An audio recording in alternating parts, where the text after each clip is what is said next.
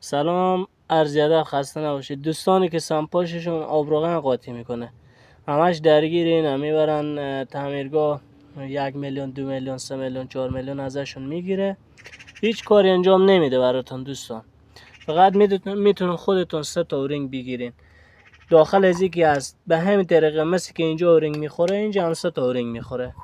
اون اورینگاش خودتون میتونین راحت این 4 تا پیچ اینجا رو باز کنید، بگی به این 4 تا پیچ اینجا رو باز کنید، از این ور میتونین راحت، خیلی راحت، یعنی به ظرف 10 دقیقه اورینگاشو عوض کنید، خلاص.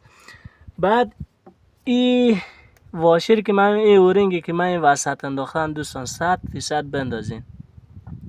این جلوگیری از این میکنه که آبی که از این ور سمپاش میری یا آبی که از این ور رد میشه به موتور نرسه، که سمپاشتون به ماشینش نرسه که رو آب روغن قاطی کنه. چون این واشراش اگه ضعیف باشه، آب از این ور رد بشه به ور، آبو میکشه داخل خود ماشین سمپاش، آب روغن قاطی میکنه.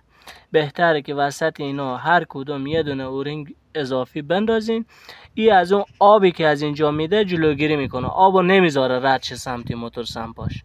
بدرود، انشالله درتون بخوره.